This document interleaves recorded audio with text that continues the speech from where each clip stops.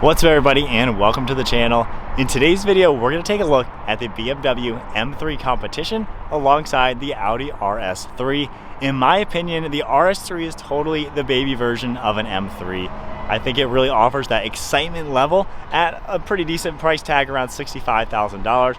Equally equipped M3 Comp is around $90,000. So let's get right into comparing the RS3 to the M3 and see if it truly is the baby version of the iconic M3. And before we get into today's video, if you want a chance to win a BMW M4 CSL alongside the 1000RR Sport Bike, take a look at the link down below for Dream Car Giveaway and enter their sweepstakes to take home both of those amazing BMWs. Moving on to the performance with each of these two cars, the BMW M3 Competition utilizes a 3-liter inline 6-cylinder twin turbocharged engine with 503 horsepower and 479 pound-feet of torque. It's paired to a ZF 8-speed automatic transmission, sends the power to all 4 wheels through the xDrive all-wheel drive system. Claimed 0 to 60 is 3.4 seconds, however we have seen people do under 3 seconds.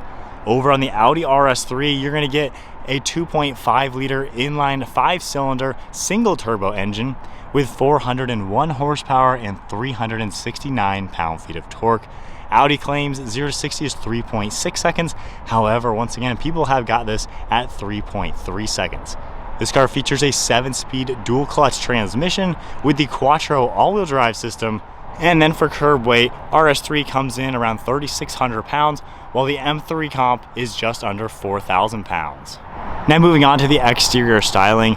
Both of these newest designs have certainly been met with a little bit of controversy. The BMW M3 has a super unique look with the massive kidney-shaped grills. Personally, I think this is the best looking M3 they've ever made. It looks so aggressive. RS3, again, you got a massive grille, a little bit interesting. However, it's a little bit more conservative when you compare it directly to the M3. I think both cars respectively look fantastic. Side profile, a little bit more short and stubby. You got about a 10-inch less wheelbase on the RS3. But you have nice wide fender arches. It's a bold looking compact, sporty looking rear end, and then the M3 equally as sporty. I think both cars, for what they're trying to do, both look fantastic, and the designs really come together well. Side profile of the M3, you can tell it's a little bit larger, but overall I think you can't complain. Both cars look very nice. Now for the interior on the RS3, very nice looking with some premium materials. You'll see leather, carbon fiber on the dashboard, premium Napa leather along the seats with the honeycomb stitching. So pretty cool interior, Alcantara as well. You got a more traditional dual screen. You can see in the center right there. However, you have a pretty cool way to customize it in the RS mode, which really dials it in. Of course, you can adjust your view. You can have more things pop up throughout the center. Virtual cockpit with a navigation screen. Center screen, pretty typical for Audis. You do have some fun features in it for the RS monitoring. You can view some vitals throughout the car. So pretty nice overall, can't complain. Physical climate controls, storage down below, little shifter, cup holders, nice size glove box, round leather steering wheel. So pretty cool looking. Good tech, sunroof, and pretty good view all around. Onto the BMW M3, once again, you're gonna see carbon fiber all throughout it, nice leather material, of course some cool color contrast, single piece backs like in the RS3. And then for the gauge cluster, you have one massive curved LCD, cool display right in the center, pretty configurable. Over on this right side, you can see all sorts of different information that are gonna pop up. In this one as well, you have different screen designs. If we tap the My Mode, we can go under a few different designs, which is a pretty cool look. So nice to see. Each one has a cool screen, carbon on the steering wheel for this one, a little larger paddle shifters, and then a nice view around, a little bit larger glass, but pretty similar visibility overall. We have a carbon fiber roof, so no sunroof on this particular spec. And then down below here, you push this open, we get our cup holders. We have a more traditional shifter, more controls, nice size center armrest as well. So definitely both cars are pretty nice to be in, just a little bit different. So then now sitting in the back seat of the RS3, I'm 5'11", sitting here, my head is just barely touching the ceiling. Just actually my hat is barely touching it.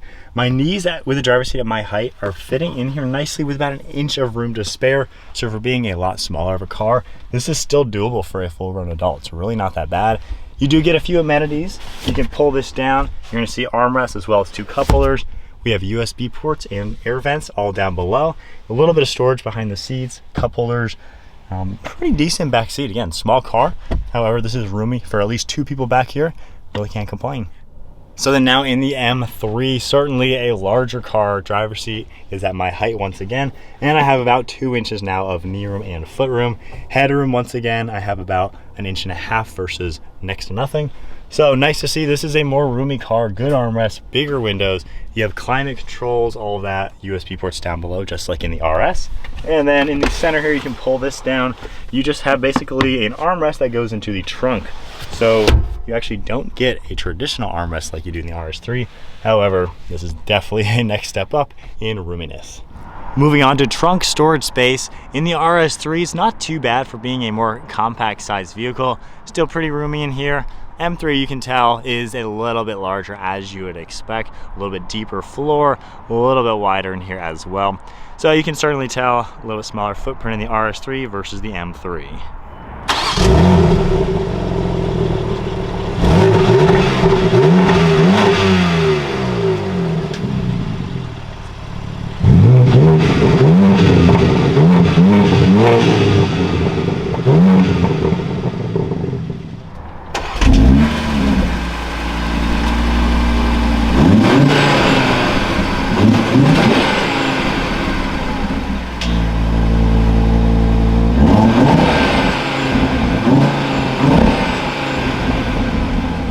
Alright, so setting off now in the M3, we're in everything comfort and efficiency mode. Getting up to some speed now. The ZF8 speed is super relaxed and comfortable, just getting up to speed. You can tell it's got a nice footprint to it. It's a heavy car at nearly 4,000 pounds, and it feels really solid, like it just kind of takes the bumps, really planted feeling, even just in the comfort mode. I wouldn't say it's really a back-breaking car. This would be a perfectly fine daily driver, no big deal. Good visibility all around. It's an easy car to drive, just nice, normal. I like it a lot. I really am a huge M3 fan. It's one of my favorite sedans. Obviously, you're paying for it. You know, you're talking about 90 grand, brand new, nicely spec'd. So, normal driving, again, it's nice. It's nice to be in. Feels like a good size. You can see the hood. You can really well pinpoint where the car is, which is pretty nice. So in this car, I like the shortcuts right on the steering wheel. This one, tapping M1 puts everything into the Sport Plus and Sport mode. And if I bump it over into manual mode, we can now take control. So this has a ZF 8-speed torque converter automatic transmission. So pretty smooth delivery, nice heavy steering, suspension. Wow. Insanely solid power delivery. I mean, 500 horsepower. Once you get to that mark, you're talking about some serious power. And these things are amazing. The S58 motor is one of the best motors out there. So in everything Sport and Sport Plus mode, you can tell the suspension is stiffer. The car is really tightened up. It's a nice place to be. So then getting up to go. Gosh. This gives you some acceleration. Oh my gosh, I love this. Now this one does have about 12,000 miles on it, so it's running a little bit, so we can drive it a little bit. Gosh, already this thing keeps you on your toes in the performance. It is so fast. It is a beast. Gosh. Oh man. I love these cars. This thing has big boy performance, keeps you on your toes. Wow. And then now on a normal road, tapping the M1 button again, toning everything back, automatic. You know, it tones down nicely. Now the thing with the M3 is, comparing it at least to the BMW M340i, that car in normal mode is your typical 3 Series, really nothing special about it. In the sport mode, it sharpens up to be a very nicely performance-focused car. The M3 is always pretty much performance-focused. Even when you do tone it down, you can still feel that edge. It is relaxed enough to where I wouldn't have an issue dailying it, but it certainly tones down to where it's a normal car, honestly, at the end of the day. So it's nice that the M3 can be pretty chill if you want it to be, but you can still tell the chassis rigidity is insanely tight. This whole platform and everything is really put together to where even in the conservative modes, there's hardly any body roll and it still feels really responsive. So back into all the fun modes, manual and everything.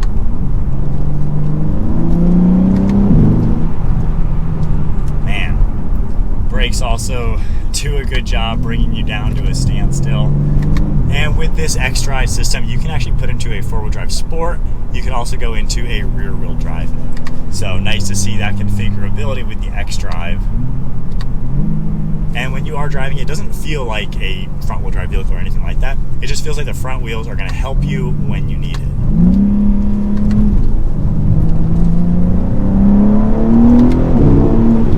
Gosh, this thing drives like a rocket ship. It is so cool. It is such a different experience than a standard 3 Series. Completely game changer of a car. All right, let's turn around and do that same hard turn again. But this car seems like something you can just push and it takes everything you want to do. It just drives insanely responsive. Gosh. Oh man. The acceleration is mind-blowing. The handling is great. Even for being a heavy car, it just feels so pinpointy. It kind of commands the road, I would say. Due to the weight of it, it just kind of takes the road and lets the road know who is boss. Absolutely, this thing just tackles the road. It can do everything. It does everything well. The tech works great. I like the way BMW's done it. This is absolutely, I think, the best performance sedan on the market. I don't think anything comes close. All right, now in the RS3.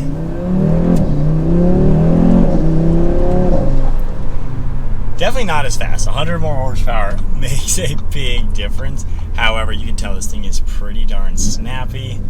And then if we just toggle it back into the normal drive and everything, this car can still tone down to be just a nice normal car. Give it a gas and automatic. I mean, it's responsive, pretty snappy.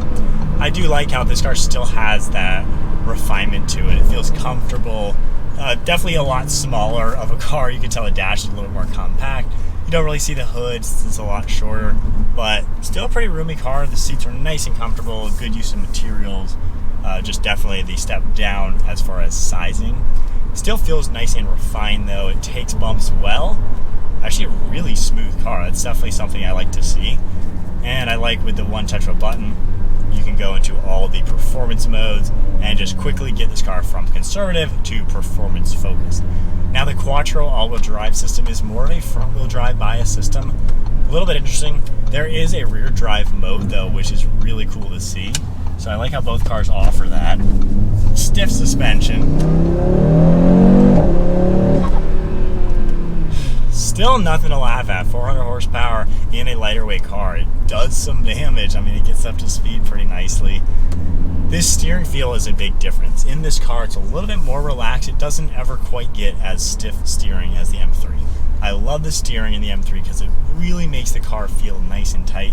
This one, in the most performance focused mode, it just feels a little electronic for my taste, so I wouldn't mind this being a little sharper, a little bit more direct.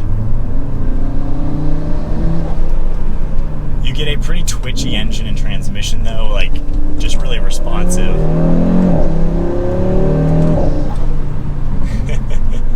So you still get up to speed nice and quick.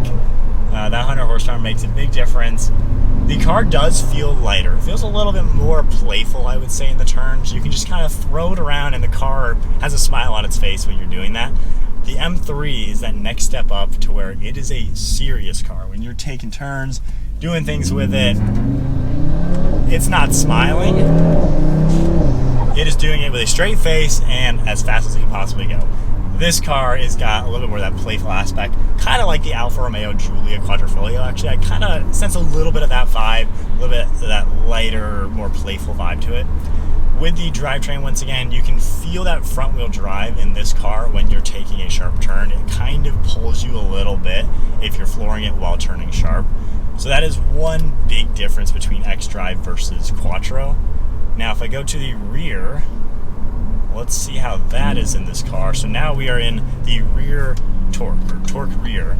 I've never really driven this car like that. These brakes also do a great job. They are massive 6 pistons up front, just like the M3. And with that lighter curbway, you know, you can tell, once again, just that playful aspect.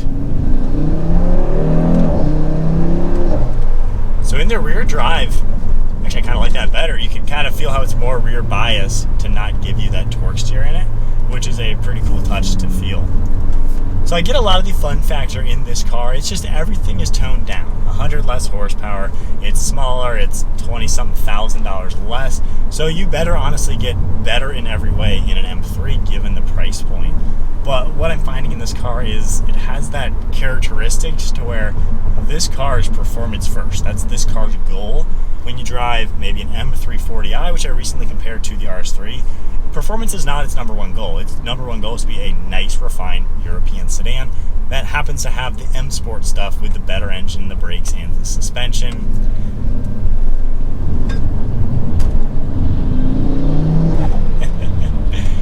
Man, this thing is lively for sure. But the M340 competes with an IS500 or an S4. Those are all very nice luxury-focused sedans with that sporty touch to make it more fun than the typical version. The RS and the M3, they take it up a massive notch to let you know you're always in a performance car. So that's the biggest difference why the other cars I don't think are the Baby M3s, while I think this is. This just has that fun factor.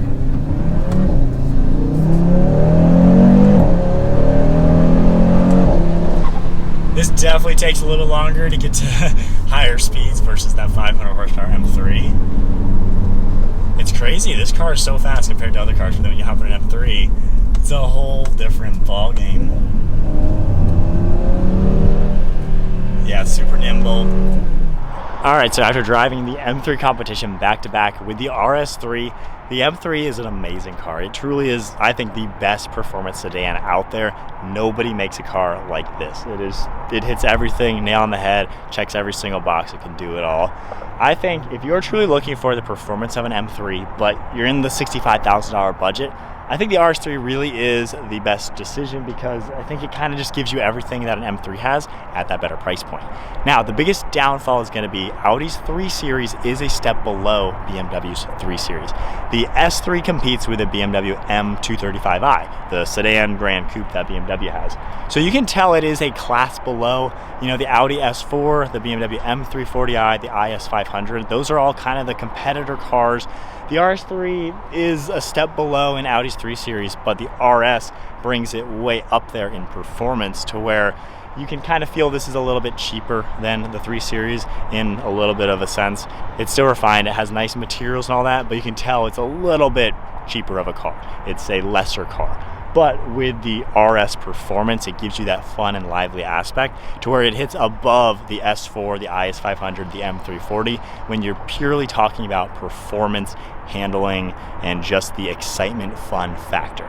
So if you want the fun factor of an M3 but 65 grand your budget, the RS3 gives you that. If you are looking at that 65 grand, but you kind of want a little bit bigger, a little bit more grown-up, mature sedan, you don't need crazy levels of performance, excitement, raw factor, you know, that just insane touchy brakes, touchy transmission, stuff like that. An M340, the IS500, or the S4 would be that grown-up sedan with plenty of power and fun performance. So that's kind of my thoughts on it. I think when you're purely looking at the M3 as performance first, the RS3 has that. It's performance first for a much better price point.